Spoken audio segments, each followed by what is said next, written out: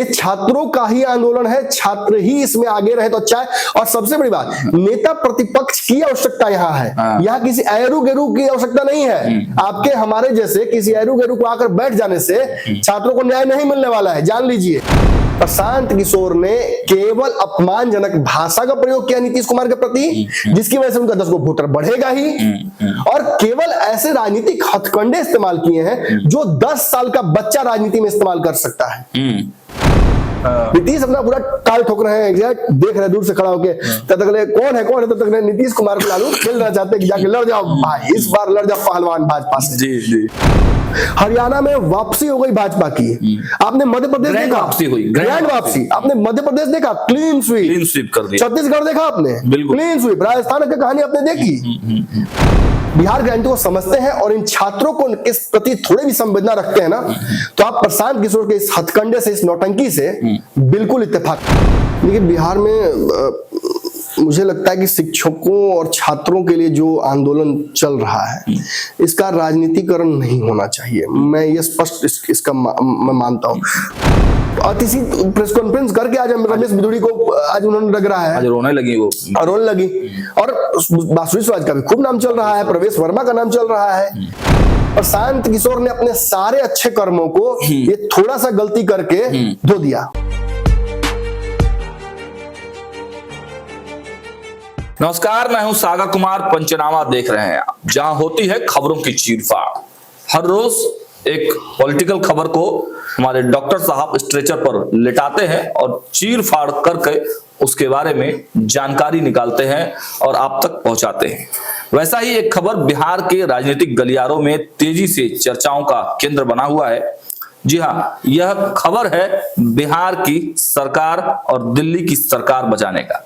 ये खबर है बिहार में जो राजनीतिक भूचाल आई हुई थी, उसको कहीं ना कहीं समेट कर ये दिखाने का जो प्रयास किया जा रहा है कि सब कुछ ठीक है, उस पर से आज हम पर्दा उठाने वाले हैं। हमारे डॉक्टर साहब हमारे साथ हैं और सीधे हम टॉपिक पर आते हैं। देखिए कि देश के गृह मंत्री अमित शाह का बिहार दौरा होने वाला था। मुख्यमंत्री नीतीश कुमार इस बीच नाराज चल रहे थे, लेकिन पिछले 2-3 दिनों से जो बयान आ रहे हैं उससे साफ साफ यह एहसास हो रहा है कि नीतीश कुमार और पूरी तरह से भारतीय जनता पार्टी और एनडीए गठबंधन ये दिखाना चाहती है कि सब कुछ ठीक हो गया। लेकिन जब सब कुछ ठीक हो गया था तो फिर अमित शाह के दौरे को कैंसिल क्यों किया गया? अमित शाह सुशील मोदी के जो जन्म जयंती थी उस कार्यक्रम में आने वाले थे। प्रकाश पर्व होने वाला है, उसमें आज से ही शुरुआत हो चुकी है प्रकाश पर्व की, उसमें अमित शाह आने वाले हैं। सांगठनिक चुनाव हो रहे हैं, उसमें भी अमित शाह की भूमिका तय थी। इन तमाम कयासों के बीच, इन तमाम खबरों के बाद भी अमित शाह का बिहार नहीं आना, आखिर क्या कुछ बड़ा विवाद है? सीधे अपने डॉक्टर साहब के पास चलते हैं और समझने का प्रयास करते हैं। सर, अमित शाह का 2 दिवसीय बिहार था। हालांकि पहले जो खबरें आई कि 6 जनवरी को आएंगे, लेकिन फिर खबरें आने लगी कि एक दिन पहले ही आने वाले हैं। 2 दिवसीय कार्यक्रम है, सुशील मोदी के जन्म जयंती में भाग लेंगे, फिर उसके बाद प्रकाश पर्व वाले में कार्यक्रम में शामिल होंगे, सांगठनिक कार्यक्रम में शामिल होंगे। तो क्या अब नीतीश कुमार की नाराजगी खत्म हुई तो अमित शाह नाराज हो गए? देखिए, अमित शाह अगर बिहार में होते, देखिए चूंकि ये ट्रस्टेड सोर्सेस से खबरें आई थी, ये हवा की बात नहीं थी कि अमित शाह नहीं आएंगे। ये तय था कि अमित शाह का कार्यक्रम बिहार में लग गया था और वो 5 तारीख से ही लगा हुआ था। 5 तारीख को उन्हें सुशील मोदी वाले कार्यक्रम में भी होना था। उसके बाद आज उन्हें यानी 6 तारीख को उन्हें जो प्रकाश पर्व है वहां भी होना था। कल उन्हें बिहार भाजपा के बड़े नेताओं से मुलाकात भी करनी थी, बैठक भी करनी थी। आज उन्हें संगठन को लेकर बिहार के फैसला भी लेना था। संगठन में जो एक बहुत बड़ी जिम्मेवारी दी गई थी नए प्रदेश अध्यक्ष के मार्फत से, 2 जिम्मेवारियां दी गई थी। एक की जो सदस्यता अभियान है उसे कैसे बताया जाए, कंप्लीट किया जाए, क्योंकि टारगेट पूरा नहीं हो पाया है। और दूसरा, जिलाध्यक्षों का भी चुनाव निर्वाचन करना था।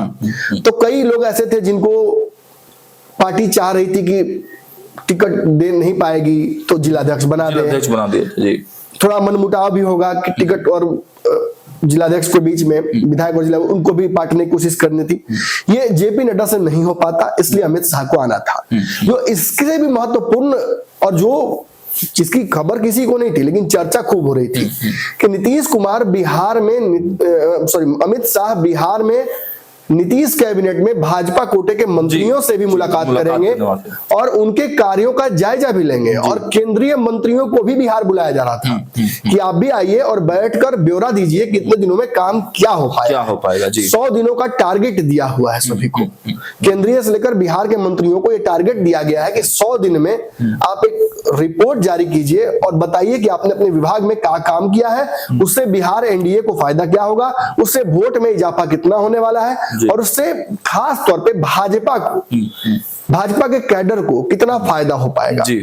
ये बाकी जो घटनाएं हैं वो नीतीश कुमार को बहुत टेंशन नहीं देंगी, लेकिन ये आखिरी बात नीतीश कुमार को थोड़ा टेंशन देंगी।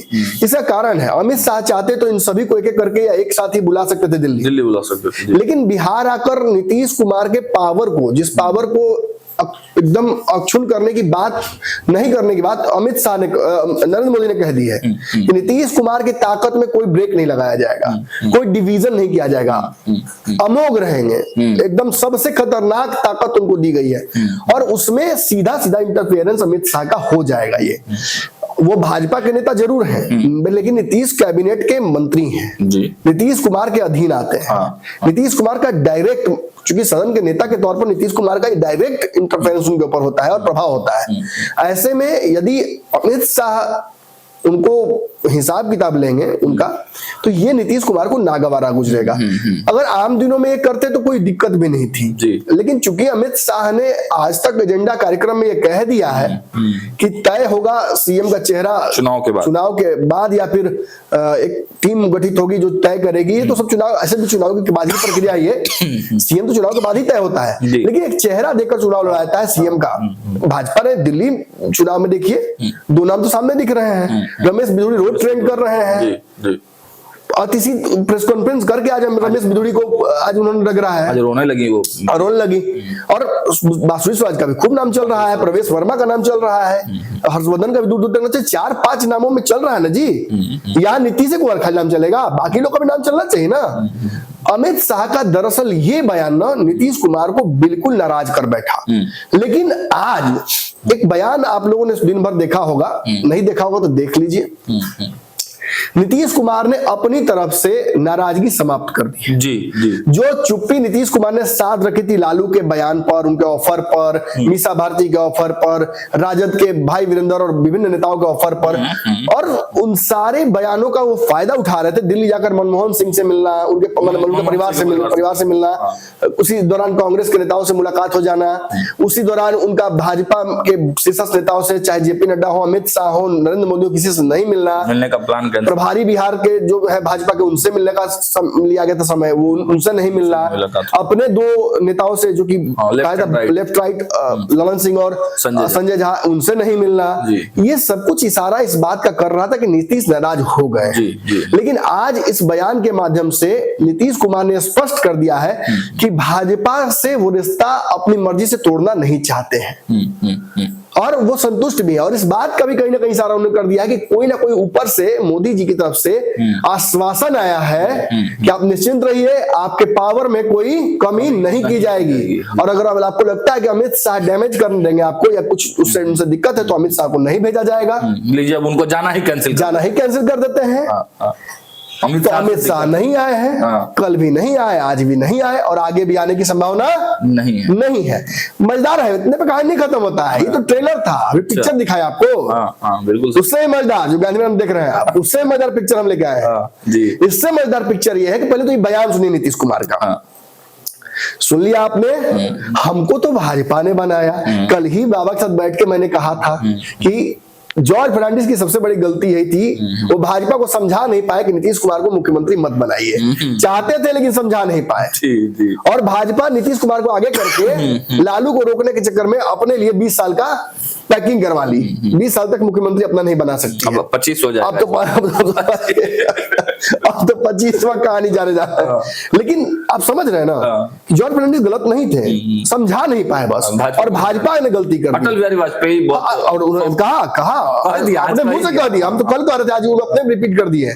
देखिए दर्शकों को कितना असर होता है पंचनामा का आज। और मैं कहता हूँ कि देखते नीतीश कुमार जी, देखते तो वो भी हैं बिल्कुल, पंचनामा के देखा तो गांधीनगर में भी जा रहा था, भले ध्यान आंदोलन यहाँ हो रहा था लेकिन ध्यान राजनीति पर ही था। बिल्कुल, खैर उस पर भी आएंगे, बातचीत उस पर भी होगी, ऐसा थोड़ी है कि हमारा रडार से कोई बच जाएगा जी। लेकिन सच्चाई यही है कि उन्होंने मान लिया ये बात कि अटल बिहारी वाजपेयी ने उन्हें मुख्यमंत्री बनाया, जिम्मेवारी दी, बिहार भेजा, और आज तक बिहार में वो जो पावर जिनको उनको मिला हुआ है उसके लिए भाजपा बहुत माने श्रेय भाजपा को जाना चाहिए।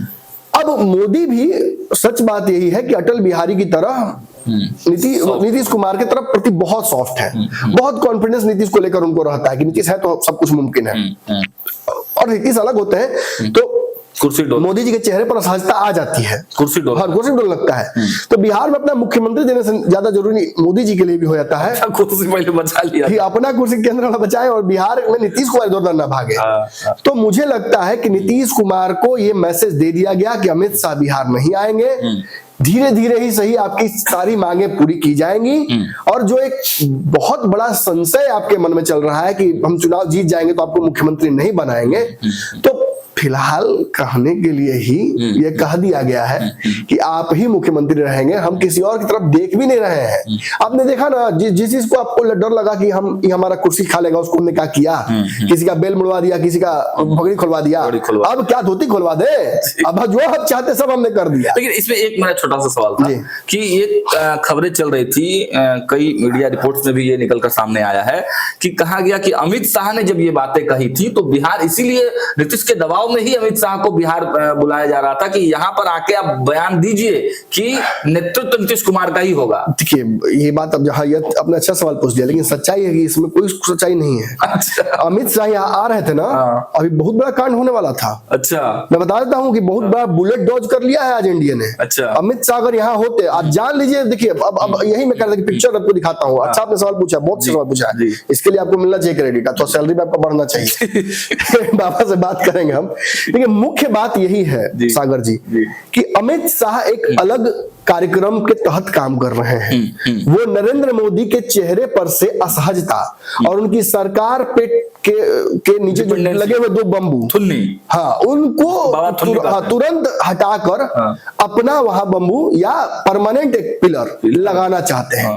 इसके लिए अमित शाह ने बहुत अच्छा काम किया। देखिए अमित शाह को आप पसंद करें ना पसंद करें, उनके राजनीतिक विचारों से आप सहमत हो ना सहमत हो, लेकिन जो कुशलता उनकी एक राजनीतिज्ञ के तौर पर है वो अद्वितीय है। बिल्कुल, और स्पष्टता भी है। नॉर्थ में एक दो राज्य अगर छोड़ दें हम, तो बाकी सारे नॉर्थ ईस्ट के राज्यों में अमित शाह ने वापसी कराई है भाजपा की, और अब तो दूसरा तीसरा टर्म चलने जा रहा है कई राज्यों में। ये संभव नहीं था, ये कांग्रेस का गढ़ हो गया था ये क्षेत्र। साउथ में अभी भी भाजपा स्ट्रगल कर रही है, साउथ ही कांग्रेस को जिंदा रखे हुए है। लेकिन याद रखिए, केरल और एक दो राज्यों को छोड़ दीजिएगा तो बहुत अच्छा प्रदर्शन भाजपा करने जा रही है। आपने देखा अभी आंध्र प्रदेश में क्या हुआ, भाजपा के पास अपनी ताकत नहीं है, लेकिन आंध्र प्रदेश में अपने सहयोगियों के माध्यम से भाजपा ने सत्ता हासिल कर लिया। बिल्कुल, और मजबूती से ये जो नायडू और जो दूसरे हैं उनके डिप्टी सीएम जो है, चरण नाम है, क्या नाम उनका, नाम जो भी नाम मैं भी नाम भूल गया, अच्छे हीरो है वो। हाँ, तो वो दोनों मिलकर उन्होंने मोदी के साथ खड़े होकर कहा कि हम मोदी के साथ रहेंगे, और धीरे धीरे इससे वापसी होगी मोदी की। आपने हरियाणा में देखा क्या हुआ, हरियाणा में वापसी हो गई भाजपा की। आपने मध्य प्रदेश देखा, ग्रैंड वापसी। आपने मध्य प्रदेश देखा, क्लीन स्वीप कर दिया। छत्तीसगढ़ देखा आपने, क्लीन स्वीप। राजस्थान की कहानी आपने देखी। भाई सच्चाई है कि अमित शाह के अंडर में भाजपा बहुत तेजी से प्रोग्रेस कर रही है और कांग्रेस के राज्यों को तेजी से छीन रही है। साउथ में कुछ राज्यों की और बात बता दूं आपको, तेलंगाना में जो क्षेत्रीय पार्टियां लगभग समाप्ति हो रही हैं, बहुत कम चांसेस है कि केसीआर पर वापस आएंगे। अच्छा, बहुत कम चांसेस है इसके। और जो परिस्थितियां बन रही है इसमें, या तो कांग्रेस की सरकार बन जाएगी या भाजपा सरकार बना लेगी, ये स्थिति हो गई है वहां की। अच्छा, आंध्र प्रदेश से ही तेलंगाना अलग हुआ है, तो प्रभाव वहां भाजपा का बढ़ रहा है। और आंध्र प्रदेश को देखते हुए, आंध्र प्रदेश ही अलग हुआ है ना, कंफर्म बोल रहा हूं मैं, आंध्र प्रदेश से तेलंगाना अलग हुआ है। हाँ सही बोल रहा हूं ना मैं। और देखते देखते वहां प्रभाव भाजपा का बढ़ने लगा है, और आंध्र प्रदेश के लोग देख रहे हैं कि जब हमें भाजपा की सरकार मिल गई है तो तेलंगाना के देख रहे हैं हम भी क्यों नहीं ले ले, हम भी क्षेत्रीय पार्टी को लपड़े में क्यों पड़े रहे, बिल्कुल, हम भी केंद्र में सरकार हमारी हो तब ना हमें फायदा हो सीधा। और तेलंगाना को तो बहुत कुछ चाहिए, बिल्कुल, केंद्र से बहुत कुछ चाहिए, नया राज्य है, उसके अपनी समस्याएं हैं। तेलंगाना का जो कावेरी विवाद है पानी का, उसमें भी कोई, जब तक केंद्र इंटरफेयर नहीं करेगा तब तक वो संभव नहीं है, और उसी विवाद के कारण वो अलग भी हुआ है। बिल्कुल। और इसके अलावा आप जाइएगा तो साउथ में एक और स्टेट है कर्नाटका जी, जहां पर भाजपा कुछ बेहतर कर सकती है। एक दो और राज्य है जहां पर भाजपा की वापसी इस बार लग रहा है, चुनाव होने वाले हैं, मुझे लगता है कि लगभग तय सी हो गई है। अच्छा, साउथ में 2 राज्य भाजपा जीत सकती है ऐसा मुझे लगता है, एक तो कंफर्म जीत रही है, तेलंगाना में 50-50 का रेशियो है। अगर कांग्रेस भी जीत जाती है ना तो ये भाजपा के लिए बड़ी जीत हो जाएगी, जी जी, क्योंकि क्षेत्रीय केसीआर का प्रभाव वहां से समाप्त हो जाएगा कम से कम। और भाजपा तो फिर वन नेशन वन इलेक्शन। हाँ, और इसमें आपको एक फायदा और बताता हूँ, यही ना हाल हो रहा था हरियाणा में, क्षेत्रीय पार्टियां भारी पड़ रही थी, जी जी, तो कांग्रेस जीत जाती तो भाजपा को फायदा होगा, बिल्कुल। और अगर नहीं जीती तो देखिए भाजपा जीत गई। तो यही हो रहा है, मध्य प्रदेश में भी यही हुआ। क्षेत्रीय दलों को अब जैसे देखिए, अब झारखंड देखिए, झारखंड में ना भाजपा का जनाधार है ना कांग्रेस का जनाधार है, तो भाजपा तो चाहेगी ना कि कांग्रेस से सरकार बना ले, जेएमएम पहले हटे, पहले क्षेत्रीय दल पर डिपेंडेंसी लोगों की खत्म हो। आपने दिल्ली में देखा केजरीवाल और कांग्रेस के बीच में लकीर खींच गई ना, मानिए ना मानिए, कांग्रेस कुछ भी अगर अच्छा करती है तो केजरीवाल ही डैमेज होंगे, उससे भाजपा को बहुत नुकसान नहीं होने वाला है। तो ये सारी रणनीतियां किसकी है? अमित शाह की रणनीति है। तो अमित शाह ने जब इतनी रणनीतियां इख्तियार करके मोदी को मजबूत किया है, तो एक बिहार में यदि वो चाहेंगे कि हम बिहार में रिस्क लें और अपनी सरकार बनाए, जैसे कि 2020 के बाद वो चाह रहे थे, जिसको नीतीश ने भाप लिया और फिर अलग हो गए, तो क्या एक बार फिर से नरेंद्र मोदी को वो कन्विंस नहीं कर पाएंगे कि एक बार फिर हमको कोशिश करने दीजिए? बीते दिनों बिहार में हिंदुत्व के एजेंडे पर गिरिराज सिंह का घूमना और इस पूरे क्षेत्र में घूम घूम कर ये रेकी करके जाना अमित शाह का पहले, ये क्या साबित करता है कि एक टीम है जो काम कर रही है अमित शाह के इशारों पर बिहार में, जो टीम नीतीश कुमार के साथ बहुत सहज नहीं है। एक और आपको बात बताऊं जी, अमित शाह का तो कार्यक्रम कैंसिल हो गया जी, गिरिराज सिंह कहाँ घूमे थे आपको याद है ना? जी बिल्कुल याद है ना, कहाँ घूमे थे? सीमांचल के एरिया में घूमे थे, वो अररिया, भागलपुर, इन सभी तमाम। अमित शाह कहाँ घूमे थे? अमित शाह गए थे पूर्णिया, गए थे ना जी। नीतीश कुमार कहाँ जाने वाले हैं? नीतीश कुमार की प्रगति यात्रा का 3रा चरण का कार्यक्रम जी बेगूसराय से होता हुआ जी किशनगंज, सहरसा, कटिहार, वही एरिया, मधेपुरा, पूर्णिया जी। भाई ये वही क्षेत्र है अररिया जहां पर घूमकर अमित शाह गए हैं गिरिराज सिंह के माध्यम जी। गिरिराज सिंह भी वही घूमे हैं और यात्रा लेके घूमे हैं। बात सीधी है, अमित शाह को रोकना और नीतीश कुमार के इन्हीं क्षेत्रों में यात्रा करना, भाई यही तो राजनीति है, यही तो पकड़ना होता है। अब हम पकड़ के दे दिए तो आप अखबार में छाप दीजिएगा, यही ना। आज से बिहार में ट्रेंड हो जाएगा, अब प्रशांत को बुला के आप चल जाइएगा नए कहानी पे। लेकिन सच्चाई है, आप मानकर चलिए कि सरकार नहीं गिर रही है, लेकिन ये भी मानकर चलिए कि देखिए सुंदर से सुंदर मकान भी ताश के पत्तों की तरह ढह जाता है। अंदर से नींव मजबूत होनी चाहिए, अंदर से सब छड़ का एक दूसरे में टाका होना चाहिए, नहीं होगा तो गिर जाएगा। कभी कभी देखिएगा कि कम देखने में बाहर से खजर लगता है, लेकिन भूकंप आके चला गया, अगल बगल पत्ता हो जाता है, वो टिका रहता है, तो मतलब अंदर से मजबूत है। निश्चित ही बिहार एनडीए में महत्वाकांक्षी दलों की संख्या ज्यादा है, सीटों के समीकरण को लेकर भी बहुत समस्याएं हैं। नीतीश जानते हैं कि इतने मुंह है, रोटियां बटने लगेंगी तो मेरे हिस्से घट जाएंगे। नीतीश का दबाव बनाना लाजमी है। नीतीश ने महाराष्ट्र देख लिया, उनको डर इस बात का होगा, 100% होना भी चाहिए। इस स्थिति में नीतीश कुमार की पार्टी और वो है इस वक्त, उन्हें डर होना चाहिए, पलक झपकते उनको रिप्लेस कर देगी भाजपा अगर चुनाव में कुछ अलग हो गया तो। और चिराग हो, उपेंद्र कुशवाहा हो, मांझी हो, ये वो दल हैं जो नीतीश कुमार से हाल ही में नाराज होकर भागे थे। तो नीतीश का हितैषी कोई नहीं है, और अगर नीतीश की पार्टी में कोई हितैषी नीतीश का होता है तब भाजपा उसको कैसे तो मक्खन लगा देती है। बिल्कुल, कालांतर में आरसीपी थे और आज तो ललन सिंह और संजय झा का नाम ले लिया जा रहा है। दोनों लोग बड़े बड़े विश्लेषक कह रहे हैं कि ये दोनों कंप्रोमाइज हो गए हैं। तो नीतीश किस पर भरोसा करें, बताइए ना।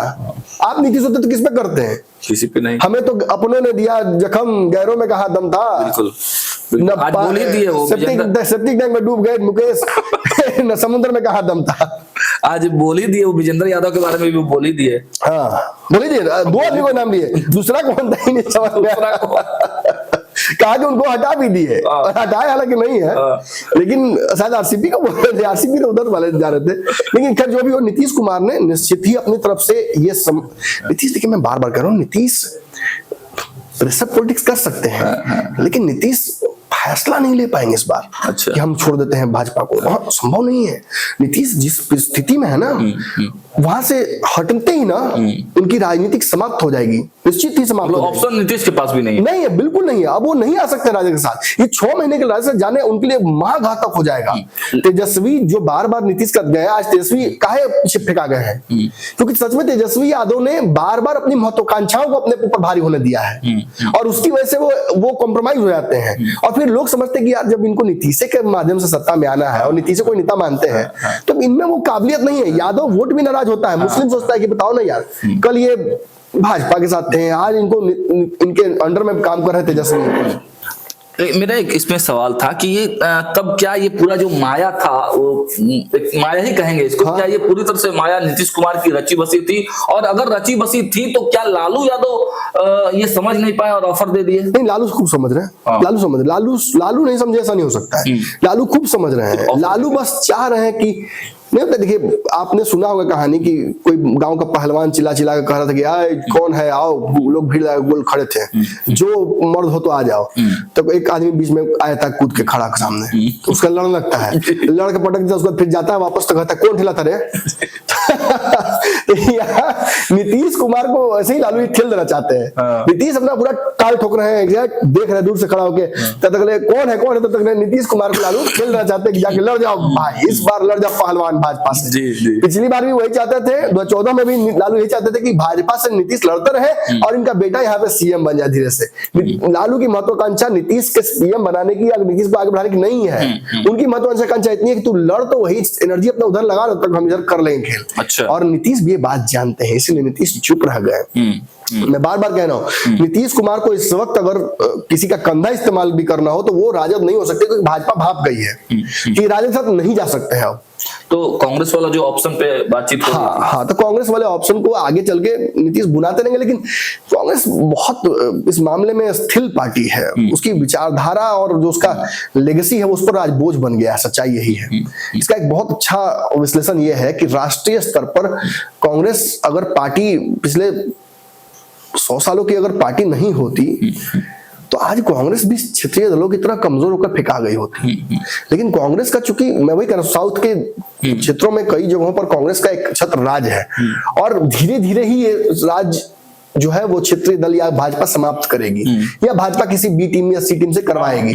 लेकिन अभी हो नहीं पाया है, इसलिए कांग्रेस अड़ती है। कई जगहों पर जरूरी मजबूत बन जाती है, जरूरत बन जाती है सबकी, इंडिया गठबंधन की बैकबोन बन जाती है। लेकिन जैसे ही नॉन कांग्रेसी विपक्ष मजबूती की ओर बढ़ेगा, क्योंकि 29 में अगर नहीं एकजुट हुए ये विपक्षी, तो 29 आखिरी चुनाव इन सारे विपक्षियों के लिए हो जाएगा, नॉन कांग्रेसियों के लिए। कांग्रेस तब भी शायद बच जाए, हाँ, कांग्रेस का तो संगठन, कांग्रेस तब भी शायद बच जाए, लेकिन ये क्षेत्रीय दलों के लिए समस्या हो जाएगी। इसीलिए देखिएगा कांग्रेस से अब ये दो हाथ करने की तैयारी कर रहे हैं। अगर मोदी की सरकार इस बार नहीं बनती या और कमजोर हो गई मोदी सरकार बनती डिपेंडेंट, तो अब तो ये विपक्ष कांग्रेस के साथ खूब तैयारी से खड़ा था। लेकिन इसने देख लिया कि कांग्रेस की रणनीति में कोई फायदा नहीं है। जो नेता खुलकर राहुल गांधी के सपोर्ट में खड़े थे अपने अपने राज्य से, वो नेता अपने राज्यों में कांग्रेस से गठबंधन भी नहीं करना चाह रहे हैं। ये साबित कर रहा है कि मोदी 29 में भी आ जाएंगे, ऐसा डर इन लोग को हो गया है।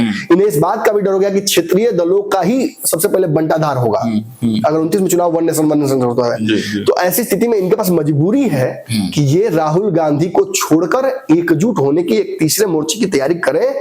इसी में कड़ी में आगे बढ़ गए और नीतीश भी समझ रहे हैं कि बिना कांग्रेस के इनका कुछ होना नहीं है और कांग्रेस हमें स्वीकार करने के लिए तैयार है नहीं।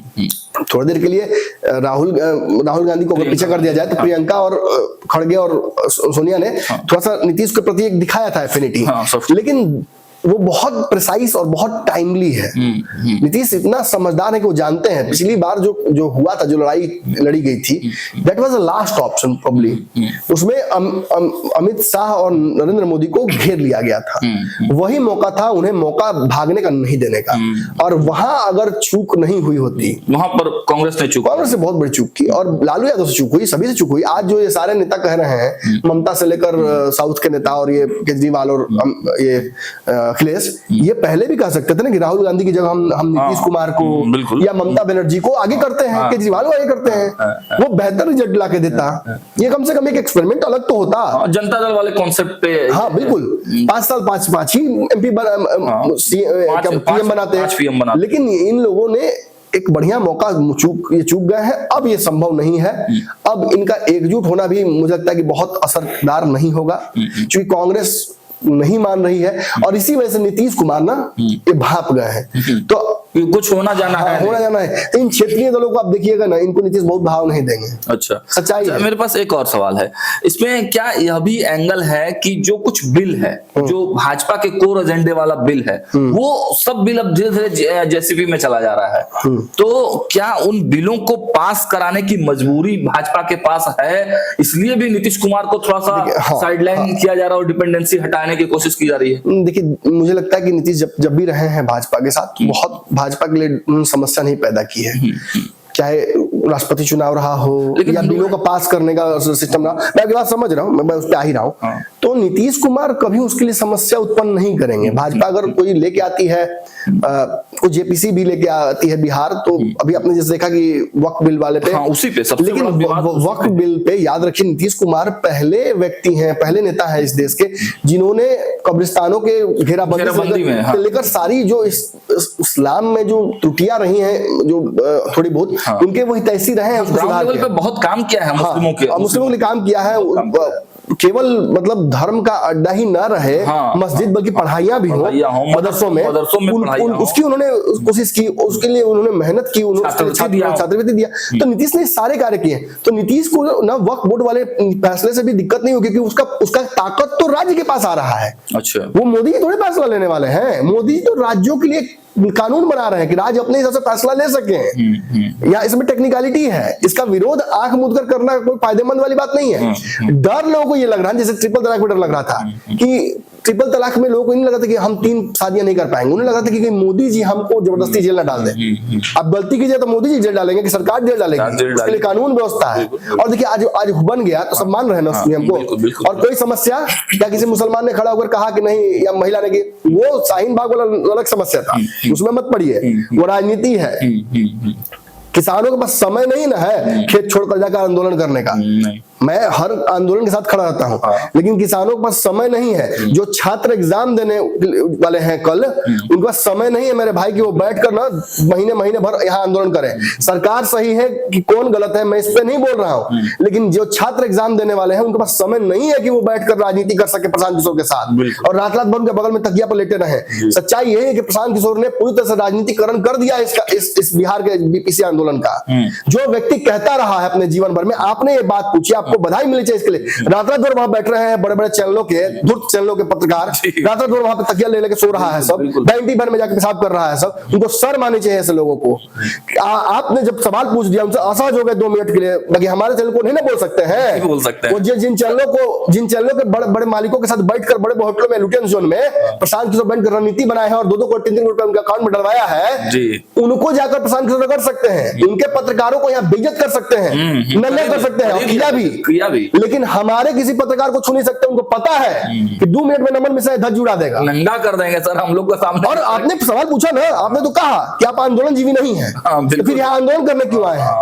रमांशु जब कर ही रहे आंदोलन, एक दिलीप कर ही रहे आंदोलन, बाकी छात्र कर ही रहे हैं, तो यहाँ तेजस्वी यादव के, प्रशांत किशोर के, चिराग पासवान के, नमन मिश्रा का बैठने से कुछ होगा? ये तो राजनीतिकरण किया जा रहा है। जब सब कोई जानते हैं, मैं जानता हूं, आप जानते हैं, टेक्निकलिटी पप्पू यादव से प्रशांत सब जानते हैं कि उस जगह पर बैठकर आंदोलन नहीं किया सकता है। आप जाकर धरना दीजिए वहां पे, आराम से 7 साल से आपने जानबूझकर यहां पर किया ताकि छात्रों का आंदोलन। अच्छा, पिछले 24 घंटे से बीपीएससी छात्रों की बात कितनी हुई है, प्रशांत किशोर की बात कितनी हुई? ओनली प्रशांत किशोर। मैं तो देख रहा हूं बिके हुए पत्रकार चैनलों के 24 घंटा प्रशांत किशोर को सीएम बना रहे हैं। अरे प्रशांत किशोर के सीएम बनने से बीपीएससी छात्रों का क्या फायदा, क्या नुकसान, उनको क्या यहां से मिल जाएगा? ये बहुत बड़ा सवाल है। प्रशांत किशोर को सीएम बना देने से क्या बीपीएससी का री एग्जाम हो जाएगा? बिल्कुल नहीं, बिल्कुल। क्या नॉर्मलाइजेशन लागू हो जाएगा? ये बहुत बड़ा सवाल है। कुछ पत्रकार तो कह रहे हैं कि इतिहास उठा के देखिए, जो सुबह में जिनकी गिरफ्तारी हुई है वो सीएम बने हुए हैं। चलिए ना, हम भी अब चलते हैं जेल।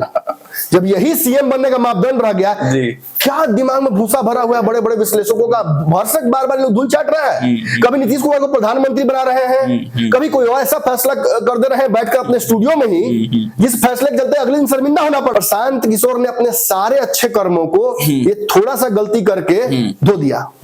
इस कार्यक्रम में, इस आंदोलन में छात्रों को ही आगे रहना था। ये जो प्रशांत, मैं आपको खुल के बताऊं साइकोलॉजी, मैं खुल के बता दूं। देखिए, प्रशांत किशोर जो कंबल वाले प्रकरण के बाद भाग खड़े हुए ना, लाठी नहीं खाए, अब उसी का एक कंपनसेट कर रहे हैं। जहां एक जगह नाखून कटा के शहीद होने गए, अब पूरा गोली खाना चाहते हैं छाती में। ये संभव नहीं है। ये छात्रों का ही आंदोलन है, छात्र ही इसमें आगे रहे तो अच्छा है। और सबसे बड़ी बात, नेता प्रतिपक्ष की आवश्यकता यहाँ है, यहाँ किसी एरू गेरू की आवश्यकता नहीं है। आपके हमारे जैसे किसी एरू गेरू को आकर बैठ जाने से छात्रों को न्याय नहीं मिलने वाला है, जान लीजिए। लेकिन वो तो कह रहे हैं कि मेरा आंदोलन अनशन जारी रहेगा, जेल में भी जारी रहेगा। ठीक है, देखिए इसमें मैं सपोर्ट में उनका खड़ा हूँ। जेल अगर वो जाते हैं तो मैं निश्चित ही मानूंगा कि जेल चलेगा। चलेगा तो अरे अभी देखिए ना क्या क्या होता है।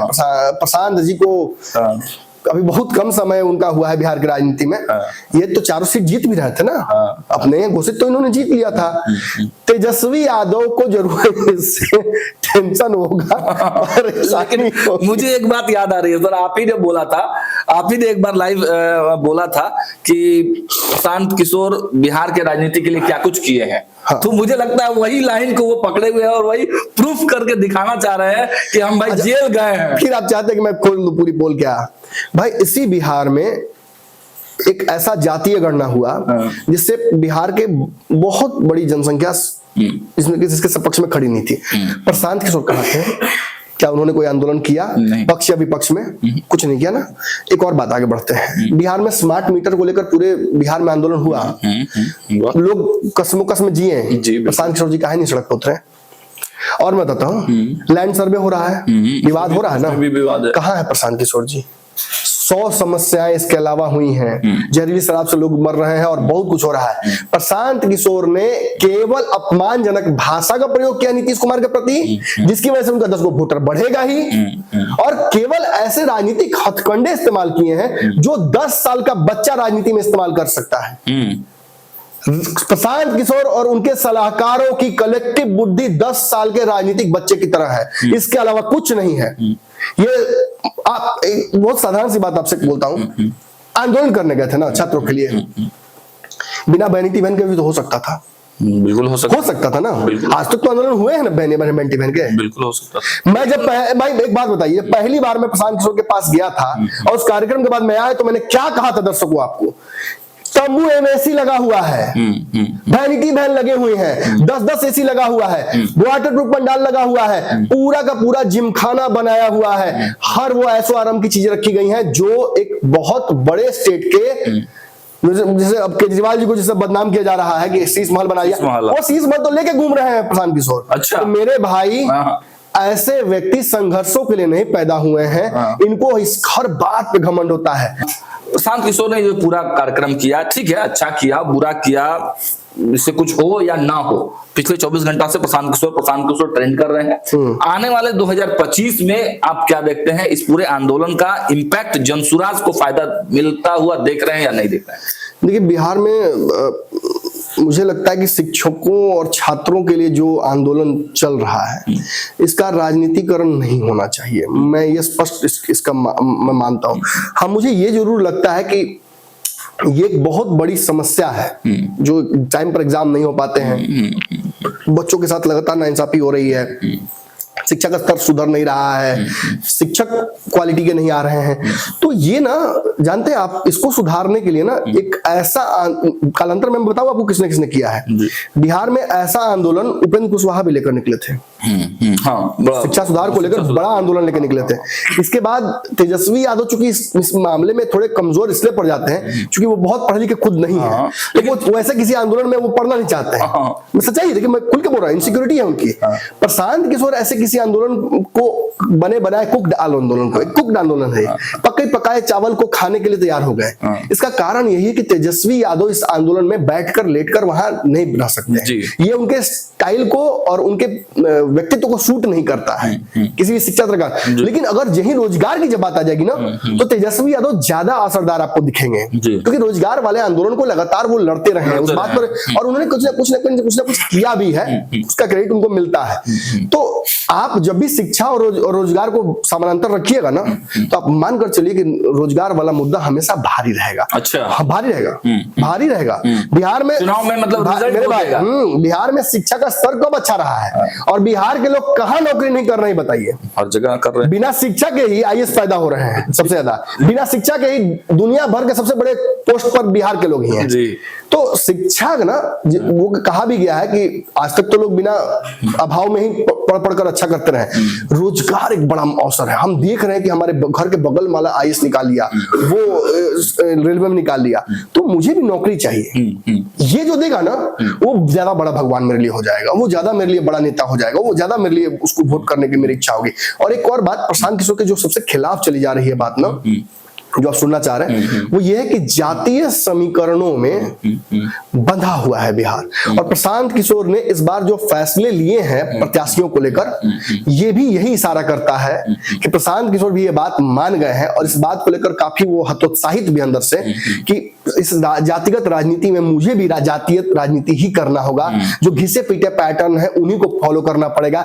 अब जो हाल ही में ये जो एक सोफिस्टिकेटेड आंदोलन करने की कोशिश उन्होंने की, ये भी ये साबित करता है कि वो जो नया को लेके आए आंदोलन, नया टाइप का हाइब्रिड आंदोलन, कि हम एक तरह से वैनिटी बैन में बैठेंगे, फिर समर्थक ने कहा कि 5G आंदोलन। हाँ, तो बिल्कुल 5G आंदोलन नहीं चलेगा बिहार में, वही तो मैं कहना चाह रहा हूँ। अच्छा। आपको यहाँ अक्खड़ बनकर रहना ही होगा। You have to go by the rule of the state।